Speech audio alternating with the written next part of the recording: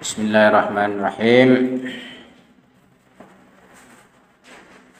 Salah satu kitab akhlak sofistik yang menjadi rujukan di Hauzah Ilmiah, kitab Syarah 40 Hadis Imam Khomeini rahmatullah alaih, yang dikenal dengan Syarah Cehel Hadis. Cehel artinya arba'in, 40.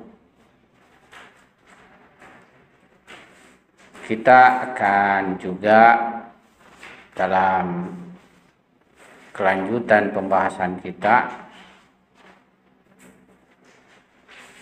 akhlak sofistik ini akan menggunakan kitab beliau, dan pada pertemuan ini kita akan membahas hadis 1, hadis pertama, yaitu jihad bonafs atau jihad dengan nafs.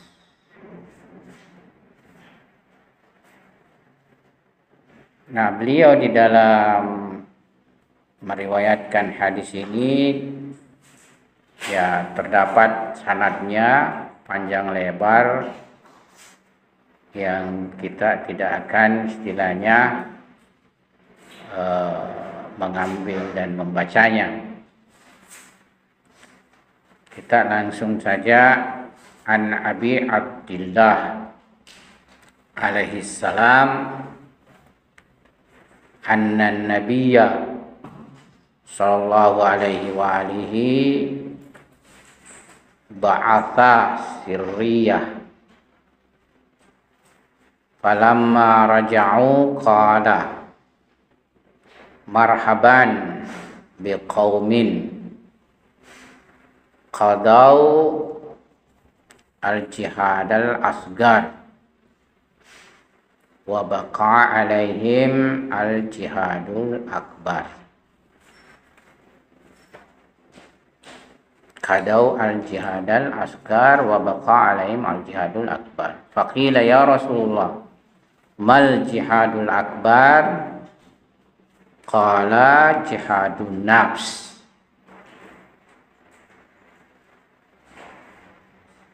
Riwayat ini berasal dari Imam Shadiq alaihissalam an Abi Abdillah, karena kunyah Abi Abdillah itu adalah salah satunya Imam Shadiq, di mana beliau berkata, sesungguhnya Nabi Shallallahu Alaihi Wasallam mengutus satu pasukan, dan tatkala mereka kembali, yakni tentunya kembali dari peperangan, Nabi berkata, marhaban biqaumin qadaw al-jihad al-asgar, selamat datang kaum yang telah menunaikan jihad kecil, wa baqa alaihim al-jihadul akbar, dan tinggal atas mereka jihad besar. Faqilah ya Rasulullah, maka dikatakan, yakni mungkin seseorang atau siapa berkata, wahai Rasulullah, mal jihadul akbar? Apa itu jihad akbar? Apa itu jihad besar?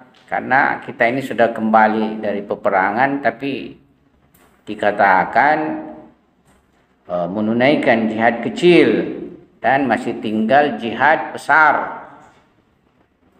Maka apa itu yang jihad besar? Qala, Nabi berkata, jihadun nafs, jihad terhadap nafs.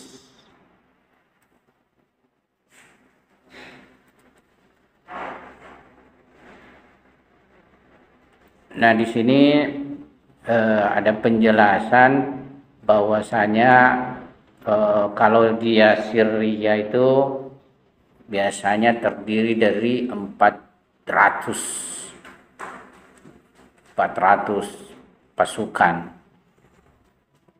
Jadi ada peperangan besar dan ada peperangan yang tidak besar. Yang kita tentunya ingin pahami bahwasanya manusia itu mempunyai 2 dimensi dan 2 alam. Ada dimensi lahir mulkiyah duniawiyah,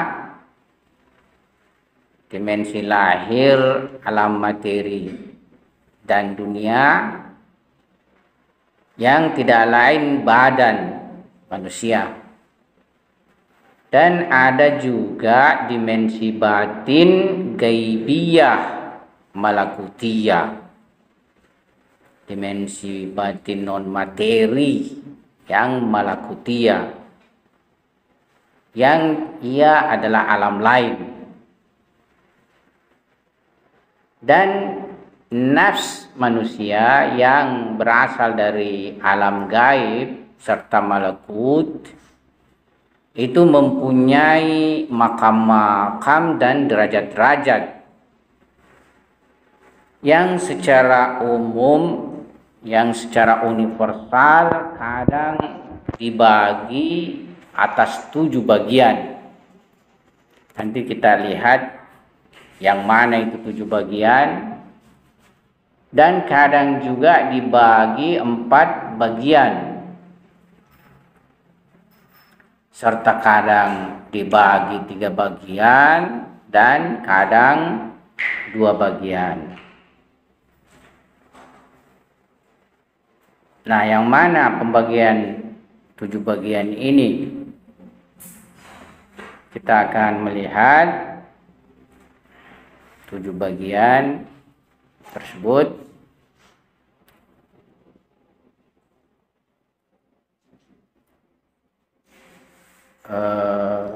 Mullah Hadi Sabzawari di dalam Hasyiah Asfar, kitab Asfar itu menjelaskan ada 4 tingkatan-tingkatan nafs, tingkatan-tingkatan diri. Pertama nafs,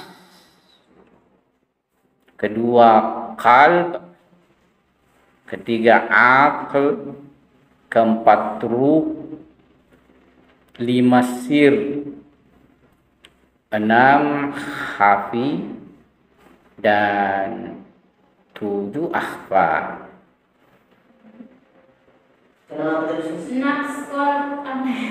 6 khafi. Jadi nafs kalb,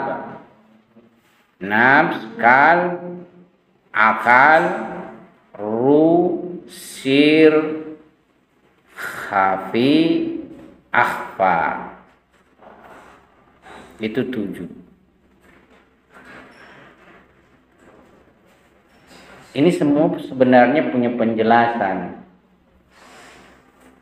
Dijelaskan di kitab-kitab yang berhubungan dengan masalah sair suluk. Nah, marhum Syah Abadi di dalam kitab Al-Insan wal Fitrah memandang bahwa tingkatan akal itu sebelum dari kalbu. Jadi akal lebih dahulu daripada kalbu. Berarti nafs, akal, baru kalb. Terbalik.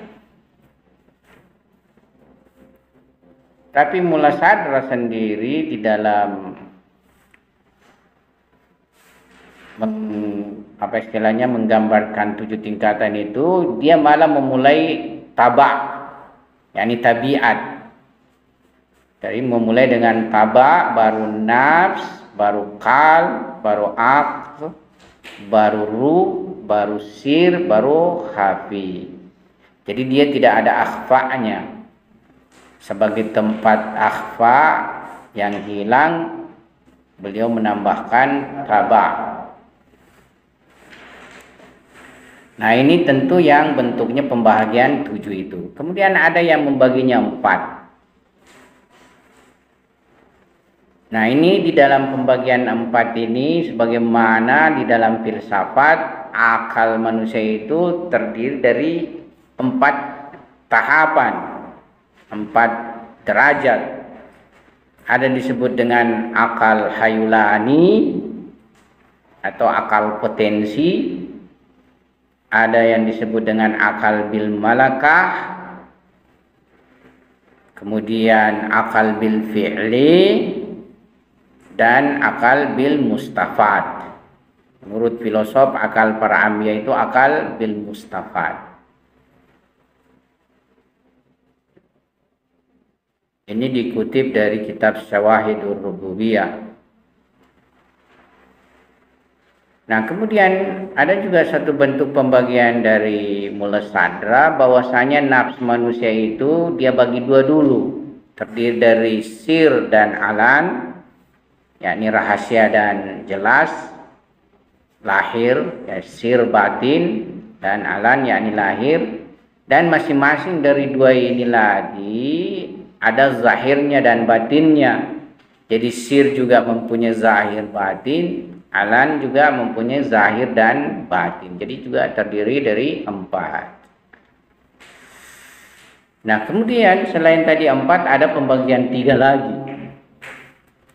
Pembagian 3, Ibnu Sina di dalam membagi potensi nafs itu membaginya 3 tingkatan. Ada disebut nafs nabati, nafs hewani, dan nafs insani. Ya. Kemudian ada lagi bentuk pembagian lainnya, yaitu mulk, barza, dan akal. Itu yang alam juga. Ada alam mulk, alam barza, dan alam akal. Ini Ibnu Sina juga kalau kita. Jadi mulk, barza, akal. Bukan, tapi sepertinya kalau Ibnu Sina tidak punya alam barza. Kecuali filosof perpetuity tidak punya alam barza, tapi mungkin Ibnu Sina punya. Karena Ibnu Sina sendiri istilahnya bukan juga filosof peripatetik yang istilahnya sangat peripatetik, tapi kadang beliau juga isyraki, apalagi pada tahap-tahap akhir beliau malah ya itu sudah ini mengakui juga bahwasanya manusia bisa mendapatkan ilmu tidak hanya dengan argumentasi, tapi bisa dengan penyucian diri. Lantas Imam Khomeini sendiri di dalam mensyarah hadis ini, bagi nafs itu dia istilahnya mengungkapkan 3 makam. Ya, makam pertama itu makam mulk dan zahir dan dunia. Tadi kita sudah singgung makam mulk, zahir, dan dunia. Dan makam kedua batin, malakut, ya, dan makam 2 batin dan malakut, serta makam ketiga di akhir penjelasan hadis nanti beliau akan menjelaskan bahwa beliau nanti istilahnya menyebutkan bahwa yang ketiga itu adalah makam akal. Nah, yang terakhir pembagian 2 tingkatan, yaitu pembagian nafs kepada lahir dan batin, atau yang juga sudah tadi kita singgung, sir dan alan, mulk dan malakut, dunia dan akhirat. Jadi ini beberapa bentuk pembagian terhadap nafs.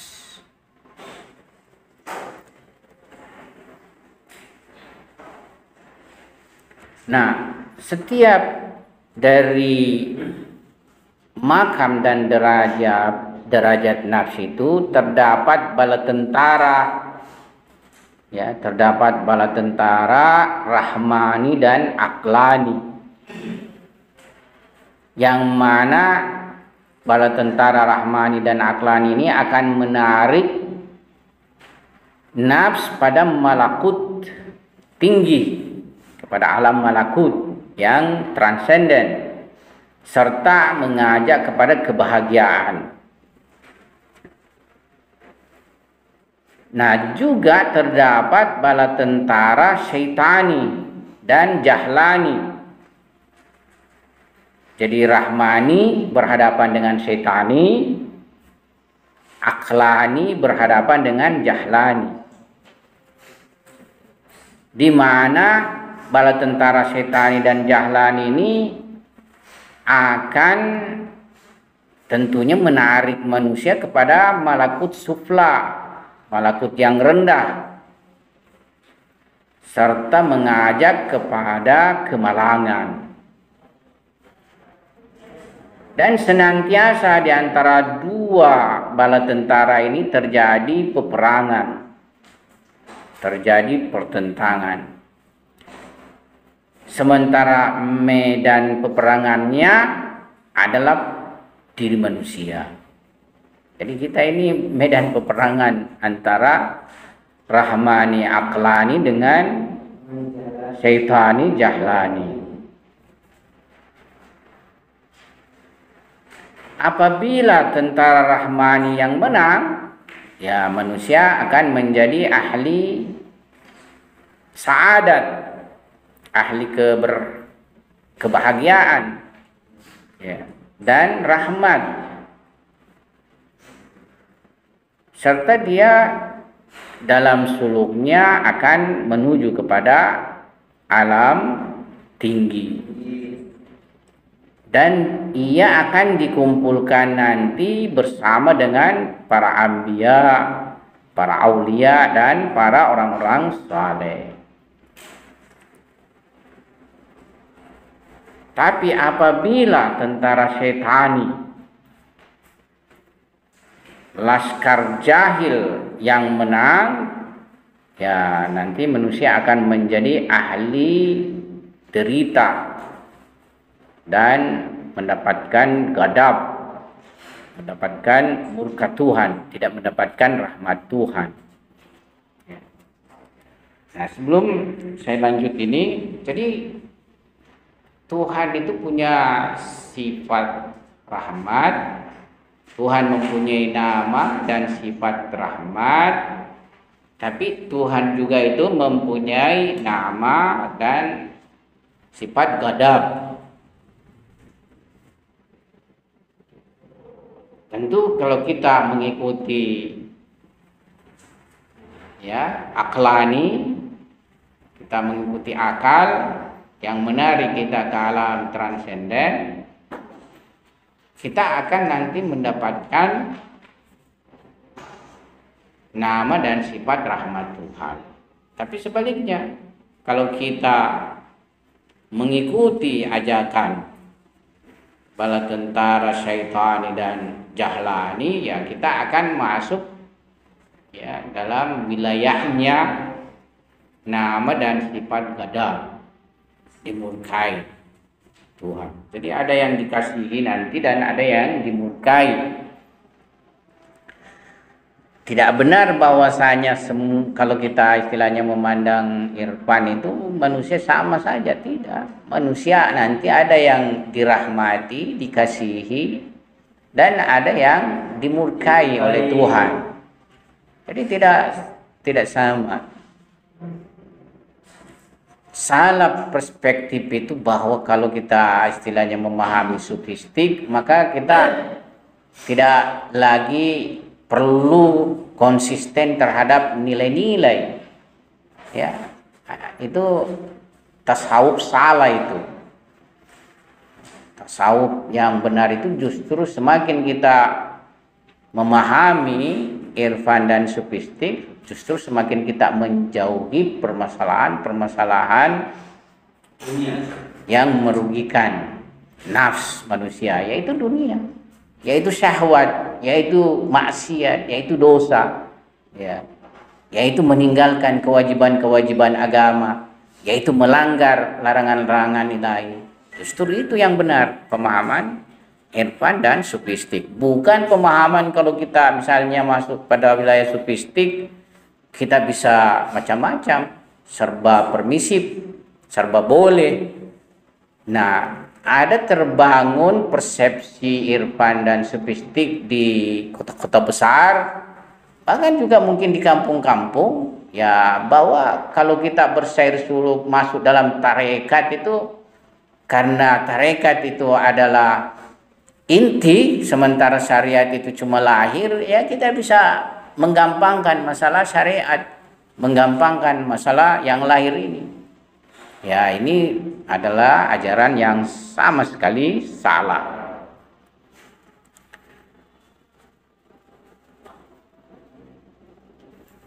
Jadi apabila manusia, ya, mengikuti tentara setan serta laskar jahal, artinya tentara setan dan laskar jahal ini yang menang pada dirinya, maka manusia akan menjadi ahli kemalangan dan akan mendapatkan kemurkaan Tuhan. Dan dia nanti akan dikumpulkan bersama setan-setan dan orang-orang kafir. Ya. Nah, beliau di dalam hal ini karena tidak, istilahnya bukan tempatnya untuk menjelaskan secara detail, ya, maka beliau mengatakan ia akan hanya mengisyaratkan sebagian dari makam-makam nafs dan bentuk kebahagiaan serta kemalangan dalam bentuk yang global. Kemudian kebagaimanaan atau cara jihad nafs di dalam berhadapan dengan berbagai permasalahan tersebut dalam makam tersebut, ya, ini yang sedianya beliau akan jelaskan.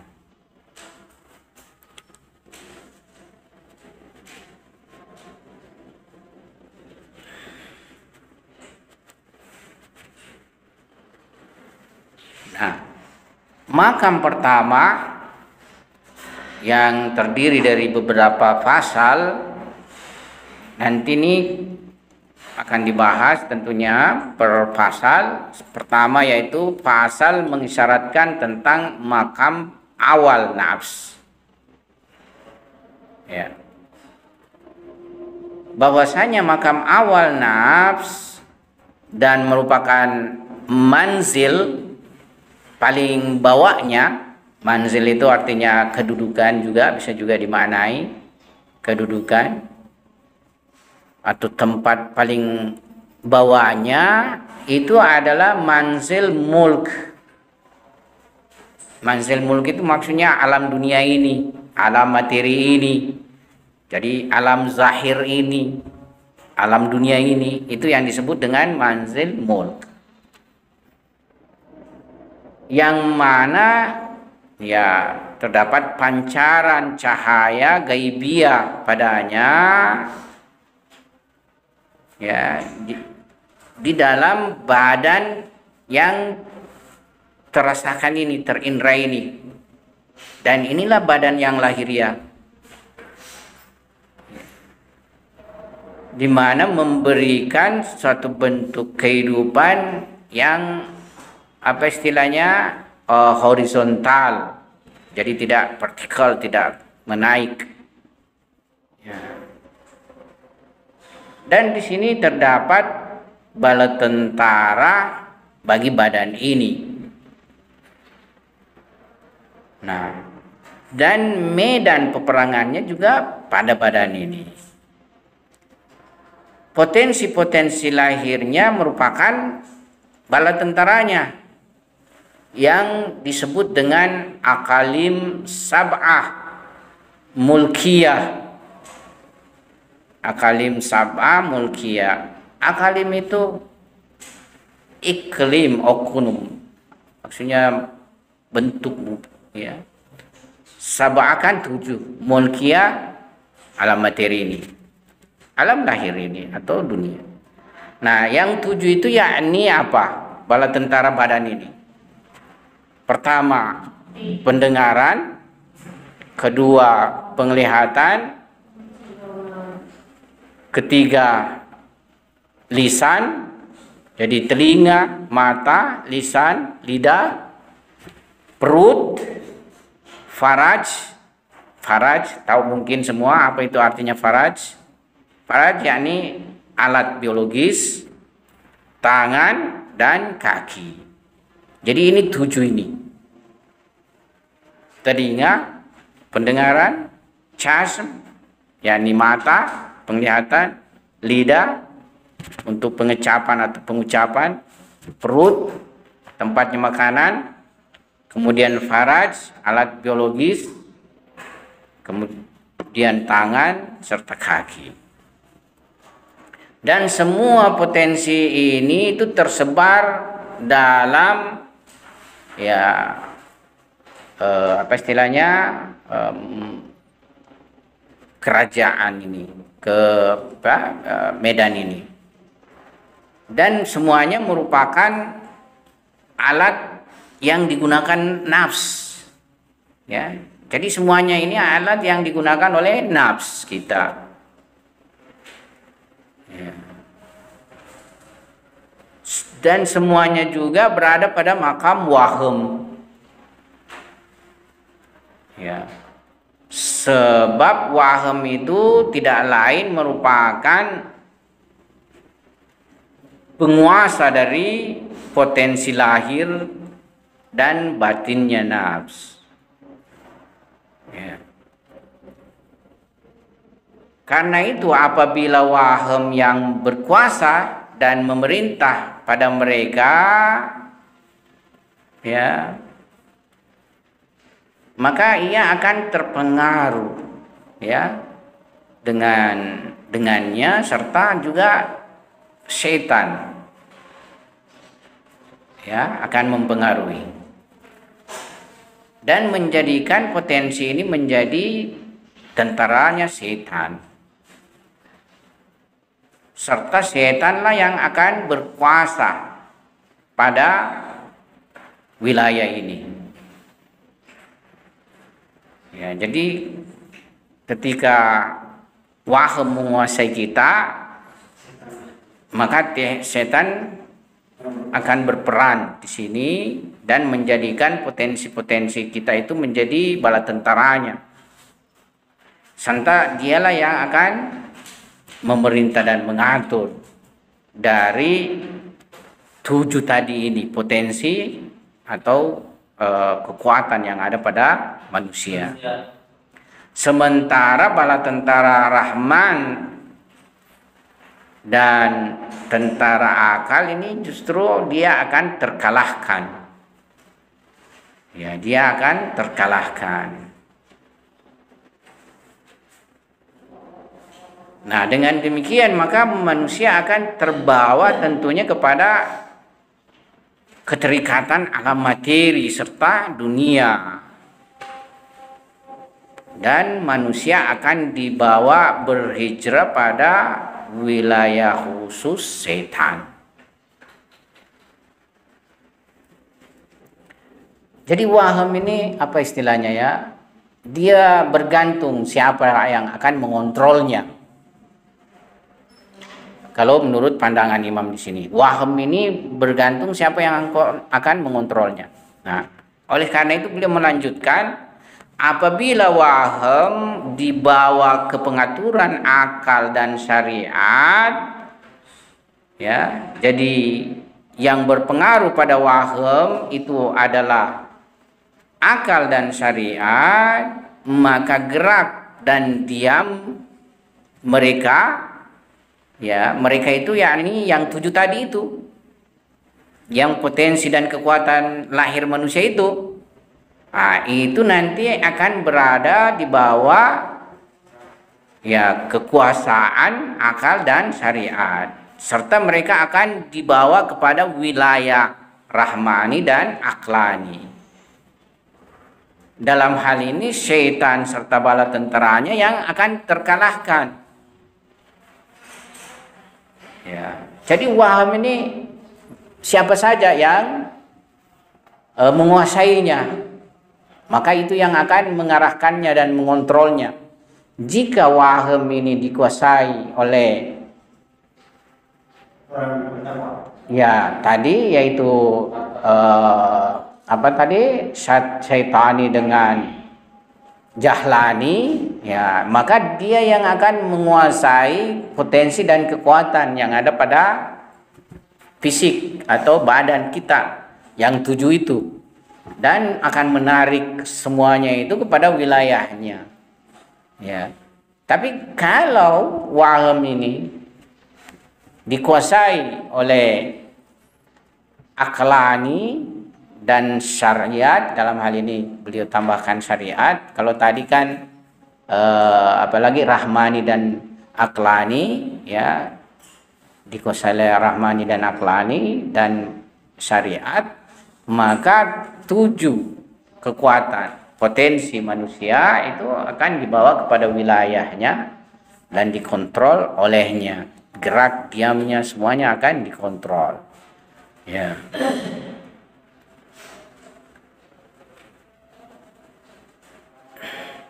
Jadi jihad nafs yang merupakan jihad besar yang lebih tinggi daripada terbunuh di jalan hak, yaitu berperang, jihad di jalan hak itu, dalam makam ini tidak lain adalah memenangkan manusia atas potensi lahirnya, atau kemenangan manusia atas potensi lahirnya, dan menjadikan mereka itu di bawah perintah pencipta. Menjadikan mereka itu di bawah perintah pencipta, serta melepaskan mereka dari kekuasaan bala tentara syaitan. Ya, jadi itu jihad akbar. Nah, jadi tadi kita sudah membahas masalah isyarat terhadap makam pertama nafs, yakni pasal isyarat kepada makam awal nafs. Selanjutnya pasal dalam tafakkur.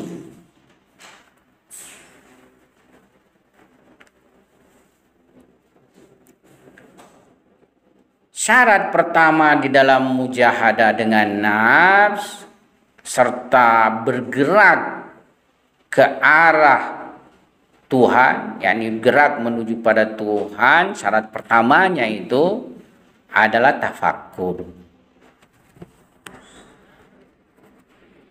Dan sebagian dari ulama akhlak meletakkan tafakkur itu di dalam bidayat, yakni bidayat itu maksudnya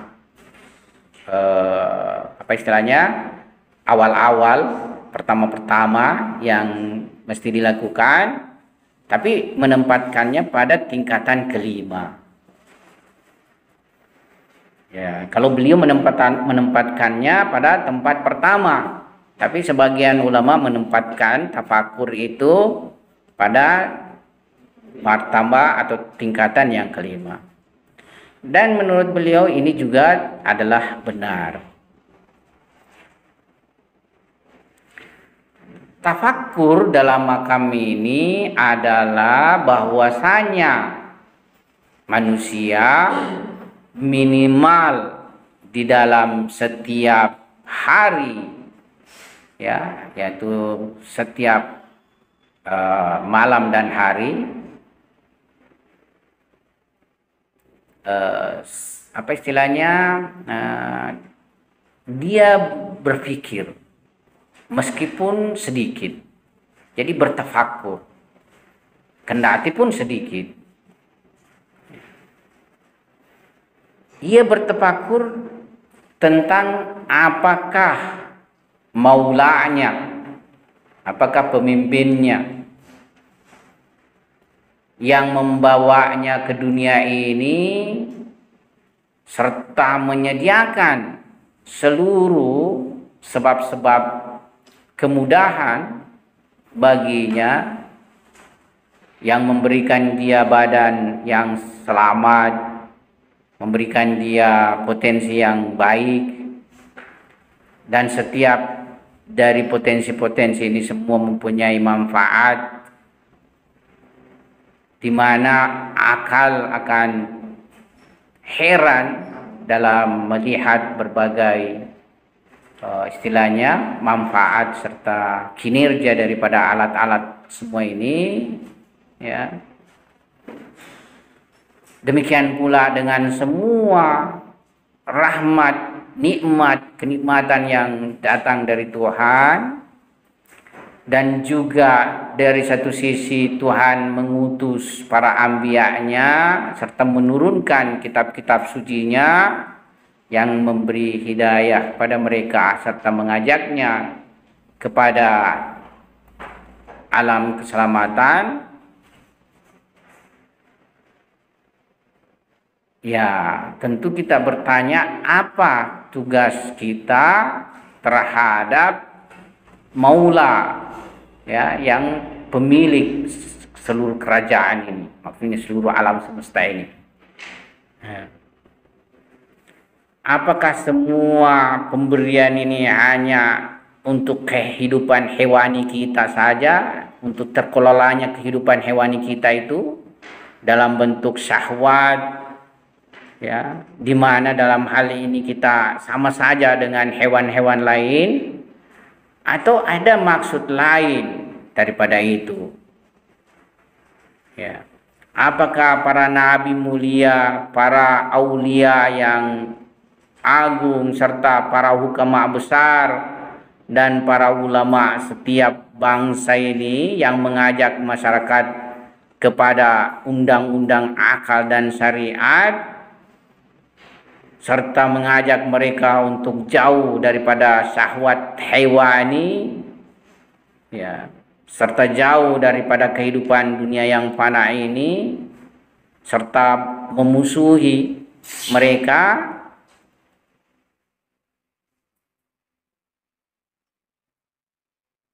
ya, tidak mengetahui bahwa terdapat jalan yang benar seperti kita ini yang menempuh jalan syahwat ini, ya, ataukah yang mereka ajakkan itu adalah suatu jalan yang jelas, jalan yang benar, yang akan mengarahkan manusia pada kesempurnaannya, jauh daripada, ya, kehewanan.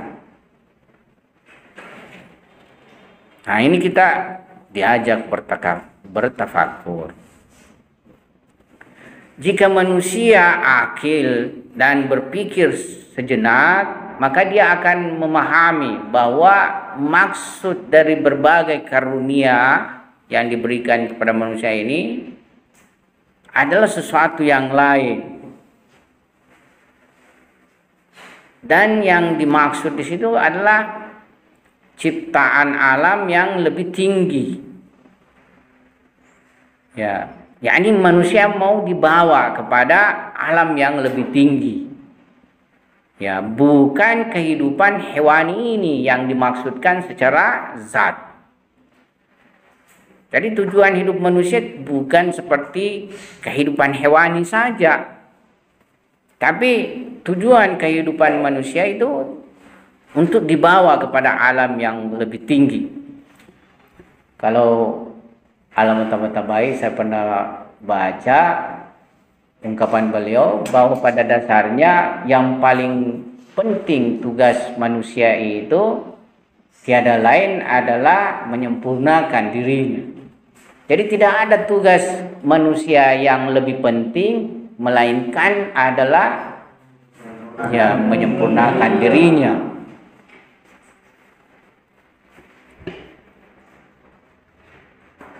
Nah, karena itu manusia yang akil, manusia yang berakal, mestilah memikirkan dirinya, mestilah mengasihani kondisi, ya, kondisi dirinya,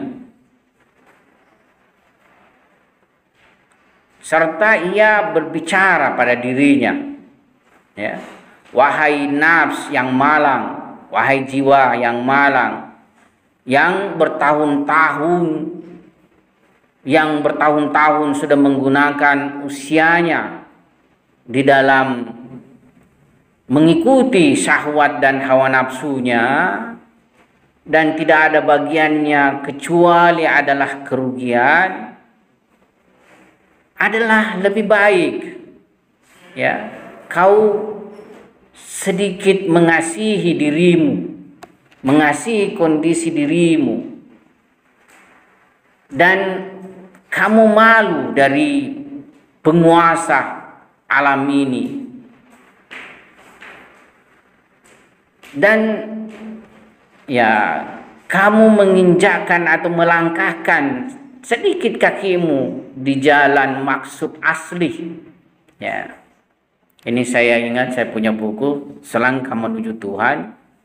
Ya, tidak lain maksudnya adalah mengajak kepada bagaimana kita berproses memperbaiki diri. Ya, jadi bagaimana kamu melangkahkan sedikit kakimu di jalan maksud asli, yang mana itu akan menyebabkan, ya, kehidupan abadi dan kebahagiaan abadi. Serta janganlah menjual kebahagiaan abadi itu dengan syahwat, dengan kenikmatan serta kelezatan syahwat yang beberapa hari ini, di mana dunia ini akan fana, akan tiada. Yang mana dunia juga itu kita tidak bisa peroleh, ya, tanpa kerja keras, tanpa usaha, ya, pengorbanan yang keras. Ya, kita lihat misalnya orang juga yang mendapatkan dunia itu, ya, dia bahkan kadang sehari semalamnya tidak tidur berpikir tentang dunia.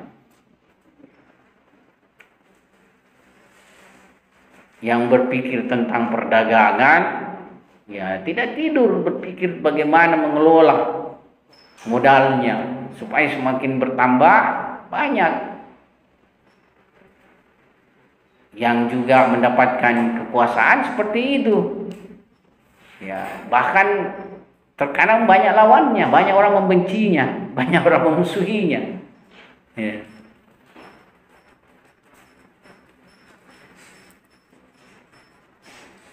Oleh karena itu, pikirkanlah sedikit, ya. Pikirkanlah tentang kondisi ahli dunia yang telah lewat.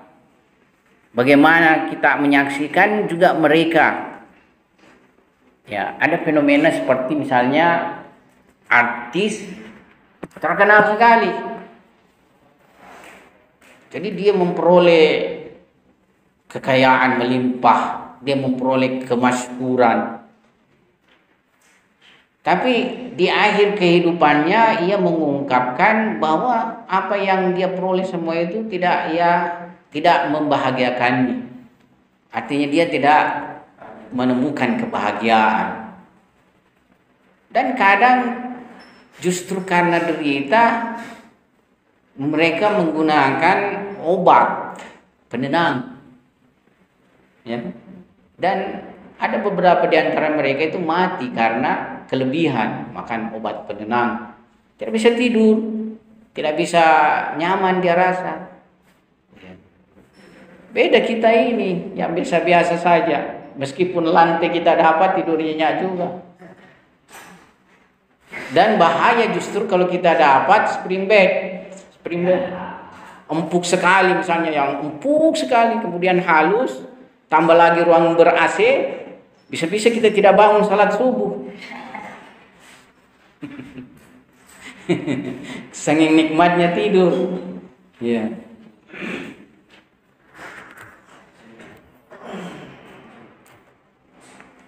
Demikian nikmatnya tidur.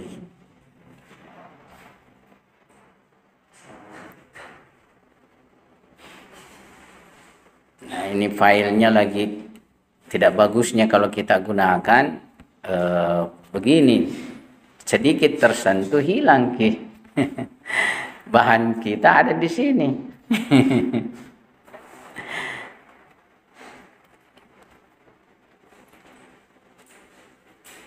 Ya, ala kulli hal tadi kita sudah singgung semuanya tentang merenungkan diri kita ini, ya.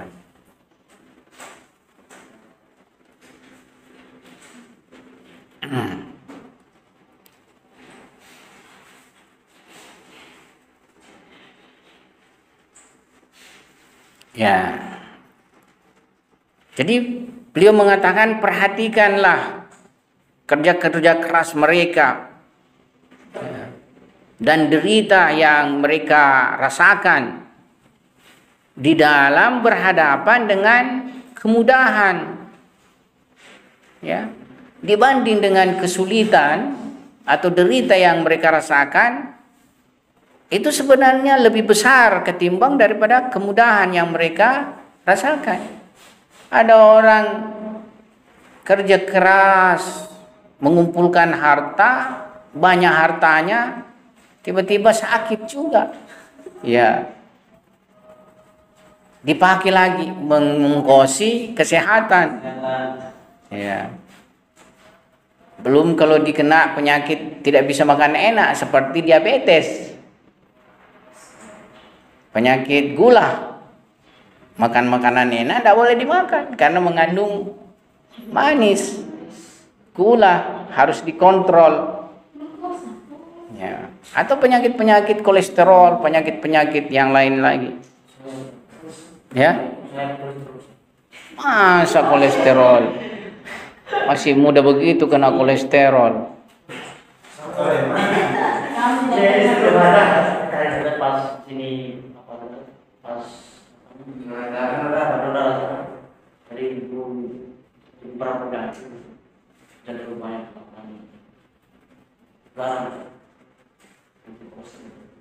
Oh, nanti belum, ya.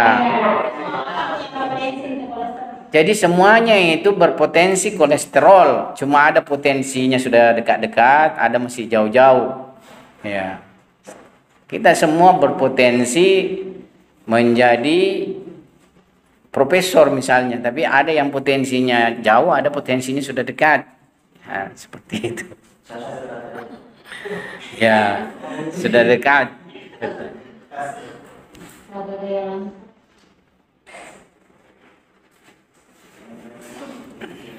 Ya, jadi seperti demikian, kerja keras tapi lebih banyak yang dia rasakan kesulitan dan derita daripada kemudahan.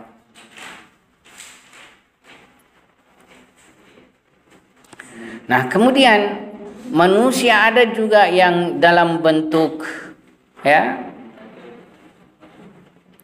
yakni insan atau manusia yang dalam bentuk, dalam rupa manusia tapi menjadi bala tentara syaitan, ya, serta dia diutus dari sisi syaitan. Dan manusia seperti ini mengajak kamu, ya, di dalam syahwat. Dan boleh jadi dia berkata bahwasanya kehidupan dunia, kehidupan materi ini mestilah kamu jamin, ya. Nah, mestilah kamu berpikir sedikit tentang kondisi dirimu, ya. Perhatikanlah dia sendiri, bagaimana kondisi dirinya. Apakah dia sendiri ridho dengan dirinya, ataukah dirinya sendiri itu, ya, tertimpa oleh kemalangan lain. Jadi dia sendiri sebenarnya tertimpa oleh kemalangan.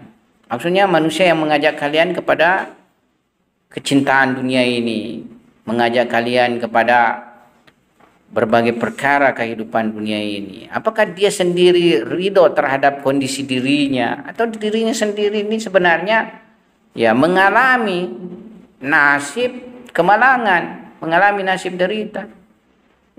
Tidak jarang sebenarnya seperti itu. Jadi orang yang kelihatan tampilannya ya, demikian rupa, sedemikian rupa itu, tapi di dalam dirinya itu berbagai derita yang dialaminya. Ada misalnya karena meninggalkan keluarganya dengan kerja keras, dia tidak menerima kelezatan kehidupan bersama keluarga. Ya. Padahal sangat banyak itu kenikmatan kita bisa rasakan hidup dengan keluarga. Ada orang terbang sana, terbang sini berhari-hari, perusahaan sana, urusan sana dan sebagainya. Keluarga ditinggal.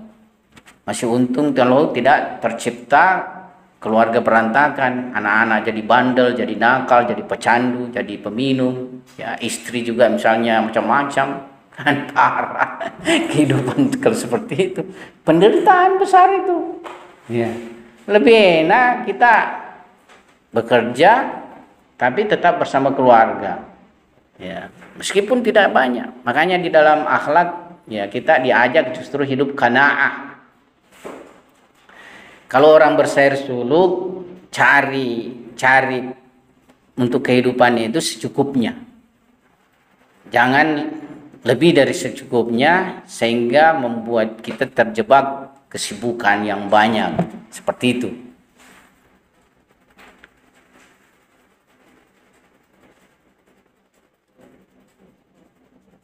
Ya, oleh sebab itu maka tamannalah kepada Tuhan.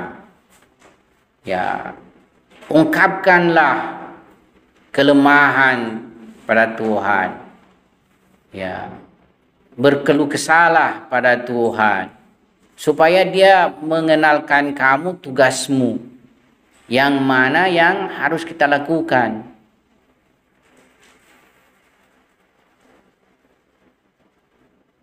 Nah, mudah-mudahan dengan kita bertafakur ini ya akan memperoleh kekuatan untuk berjalan menuju Tuhan, serta kita bisa berperang melawan setan dan nafsu amarah kita. Sehingga kita bisa berjalan melewati ya tahap-tahap menuju pada kesempurnaan. Saya pikir ini dulu kita bahas ya. Nanti kita memasuki lagi pasal berikutnya, ada yang disebut dengan pasal di dalam azm. Azm itu artinya membulatkan tekad. Ya, mengambil keputusan untuk menapaki perjalanan menjauhi syahwat. Ya, menyucikan diri, membersihkan diri supaya kita bisa menapaki jalan yang tinggi, pada perjalanan yang tinggi, derajat yang tinggi, bukan terperosok menuju ke bawah. Ya. Sangat disayangkan kalau justru kita ini, manusia ini hanya dikarenakan keinginan memenuhi syahwat, nafsu dan syahwat, ya kita terlibat dalam kehidupan dunia dan kerendahannya sedemikian tenggelam ya, sehingga ya ada, kalau masih jalan halal masih bagus, masih mending. Kalau jalan halal, kalau kita misalnya mengumpulkan harta dengan jalan halal itu masih untung, masih bagus. Kita mendapatkan jabatan, tapi dengan jalan halal masih untung. Tapi kalau jalan haram, ya sudah, sangat merugi kita. Betapa nanti kita akan diperhadapkan dengan banyak sekali dosa dan kesalahan. Dan semuanya itu ya akan berbuah bagi kita sebagai azab dan siksaan di hari akhirat. Ya, saya pikir ini semua yang kita bahas dulu. Insya Allah kita lanjutkan pembahasan pertemuan berikutnya tentang azam. Wabillahi taufiq wal hidayah. Assalamualaikum warahmatullahi wabarakatuh. Waalaikumsalam.